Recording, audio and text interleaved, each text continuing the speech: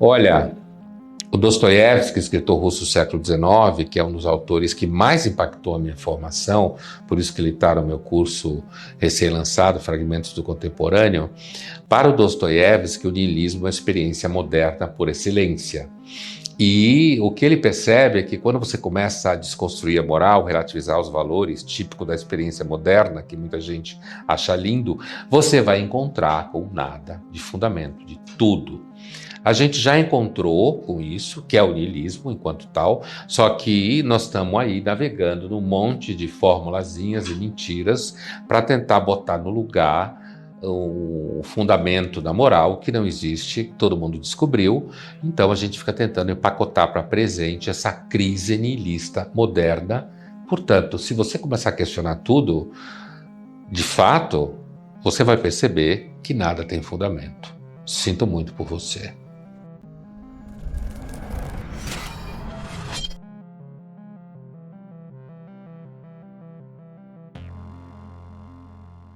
Alguns falam que a gente vive numa era da ansiedade. O primeiro filósofo no Ocidente conhecido que usa, em francês, ele usa o conceito de angústia, como dizendo que é o centro da personalidade, é um filósofo no século XVII, francês, chamado Pascal. Ele vai dizer que, basicamente, a psicologia humana é fugir da angústia e buscar diversão. Isso ele fala no século XVII. Já no século XIX, você tem, na verdade, o pai da filosofia da existência. Esse é um filósofo dinamarquês chamado Søren Kierkegaard, né? Escreveu um livro chamado Conceito de Angústia, né? Que é um livro em que ele situa, assim, de forma sintética, a ideia de que nós somos basicamente angústia. É alguém que sacou uma questão, que é essa questão de um certo sentimento de desorientação, dificuldade de estabelecer valores, desorientação com relação a objetivos, propósitos. Qual é o propósito da vida? Ganhar dinheiro. Não dá só esse propósito. A fórmula que nos oferecem hoje, ela produz uma série de sintomas. Mal-estar de todos os tipos. Os historiadores marxistas, eles costumam dizer que esse surgimento do tema da angústia é a partir do momento que a sociedade vai se tornando burguesa, a sociedade vira urbana, com a entrada da lógica burguesa. Lógica burguesa significa uma vida pautada pela noção de mérito. Mérito, resultado, eficácia, produtividade. Isso filosoficamente é lógica burguesa, né? Competência, certo? Quando você sente que você está perdendo espaço porque alguém mais competente do que você apareceu e você precisa competir com essa pessoa o tempo inteiro, a ideia da lógica burguesa é que isso virou sistema. Isso está em toda parte. Quando você procura um coaching para ele ensinar para você que você tem que prosperar em tudo e tem que pensar em si mesmo como uma empresa, já ouviu isso por aí? Tem que pensar em si mesmo como uma empresa. Você tem que pôr um Excel existencial na sua vida, certo? E você tem que conseguir ter foco. Foca. Se você não focar, se você não tiver objetivo, se você não tiver meta, você não consegue. Quando eu começo a achar que eu posso tratar o ser humano a partir desses referenciais, inclusive do ponto de vista terapêutico, grosso modo, eu estou dizendo que os seres humanos são passíveis de ser um objeto de um Excel existencial, em que você faz planilhas. É claro que do ponto de vista de uma psicologia um pouco mais profunda, você vai gerar adoecimento. Porque ninguém consegue ser competente o tempo inteiro, ninguém consegue dar resultado o tempo inteiro, e aí você começa a deprimir, né? Do ponto de vista histórico, essa depressão, filosoficamente, historicamente, quando começa a surgir o tema da angústia, o tema da melancolia, os historiadores chamam esse período de mal-estar romântico, certo? Romantismo não é só eu te amo, meu amor. Eu te amo, meu amor, na verdade está no lugar de uma idealização do afeto como salvação de um mundo que está indo à ruína. Por quê? Porque agora só o que conta é dinheiro, eficácia e solução.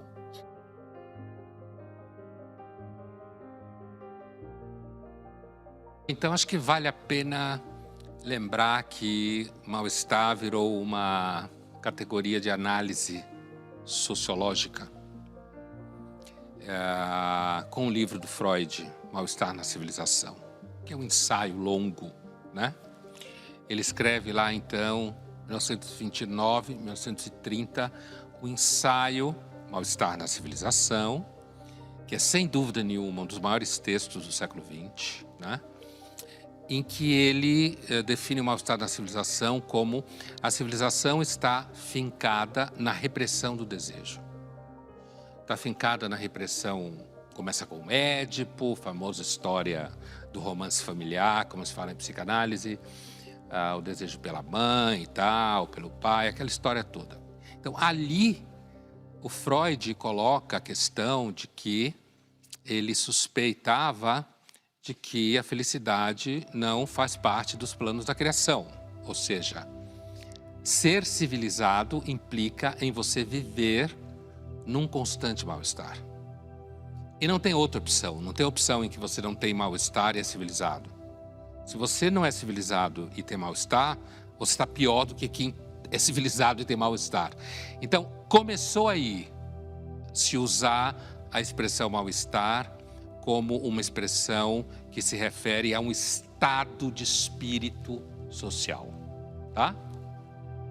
Já no começo do século XXI, Bauman retoma essa ideia, não que não tenha se retomado antes, mas ele retoma essa ideia no livro dele Mal-Estar na Pós-Modernidade, em que ele vai dizer que há um mal-estar, então, para ele naquele momento, diferente do mal-estar na época do Freud, que era uma repressão do desejo em nome de uma segurança familiar e social, Bauman lendo Freud.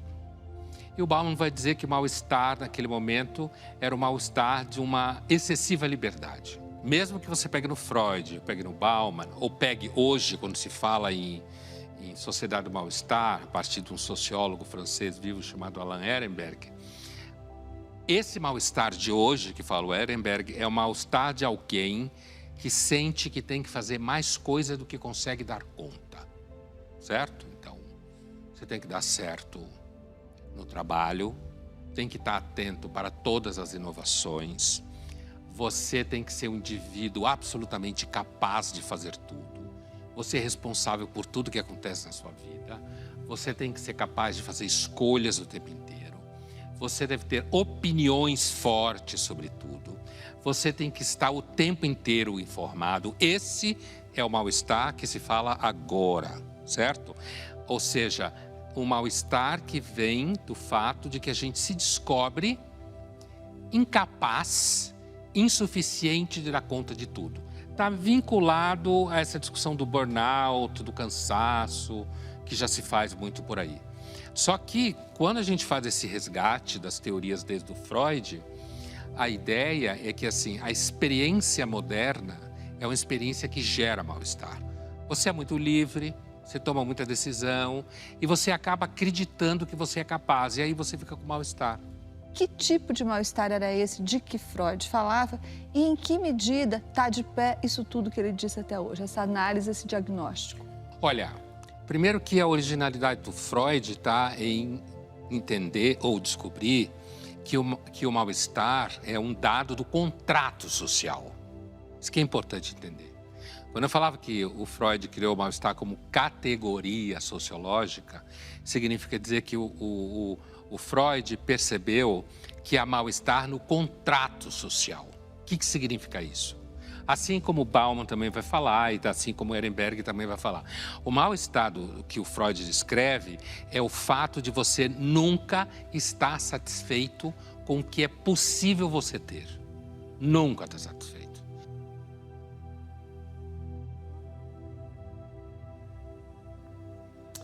Existe aí o famoso tripé, né? Que se fala há muito tempo, que o mundo geraria ao redor de sexo, dinheiro e poder. Os americanos têm um ditado muito antigo, que é: quando você quer descobrir um rolo de uma situação, follow the money, siga o dinheiro.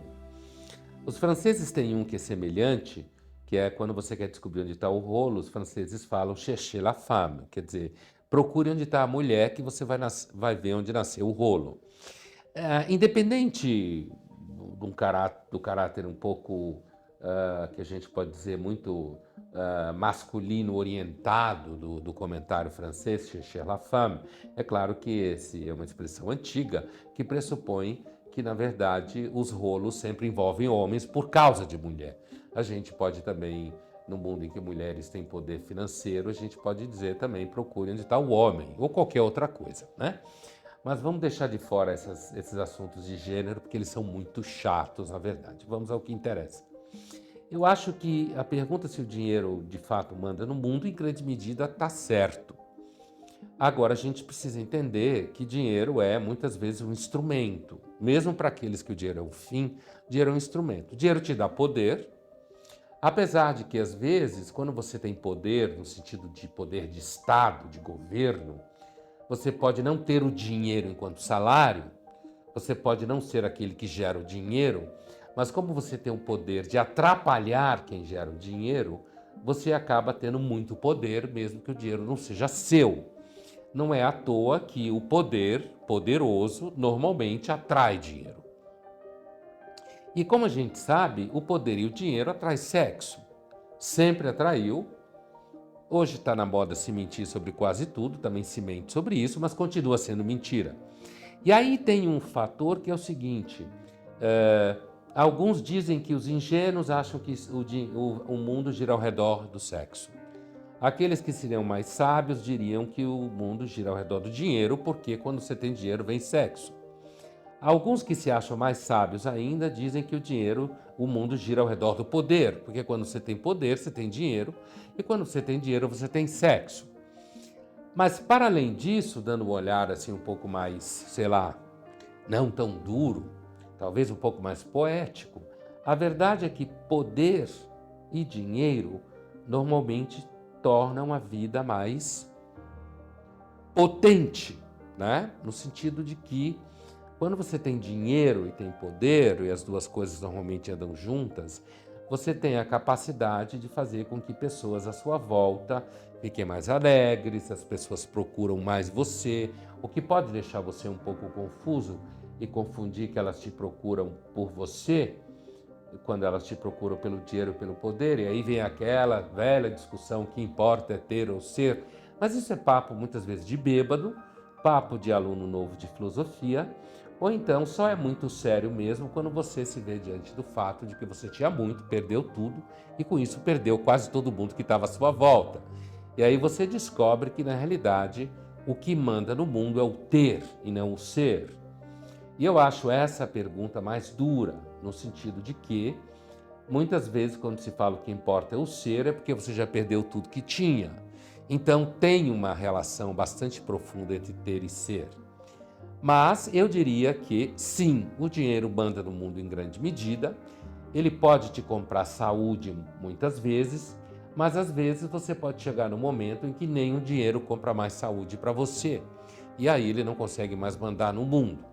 Devemos olhar para essas questões de uma forma, digamos assim, num gradiente, tá? Não olhe para ela no preto, no branco, olhe essa questão preto, branco, cinza, um pouco mais para preto, um pouco mais para branco, no sentido de que você tem gradientes nessa relação.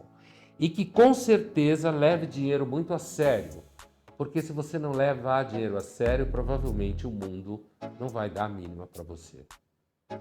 Eu acabei de lançar o meu curso Como Ler os Clássicos 2 e nesse curso especificamente eu fiz uma divisão em que primeiro tem um ciclo de 2 tragédias, depois um ciclo de 3 peças românticas, depois um ciclo de 3 autores russos do século XIX e por último um ciclo de 2 autores da literatura norte-americana do século XX.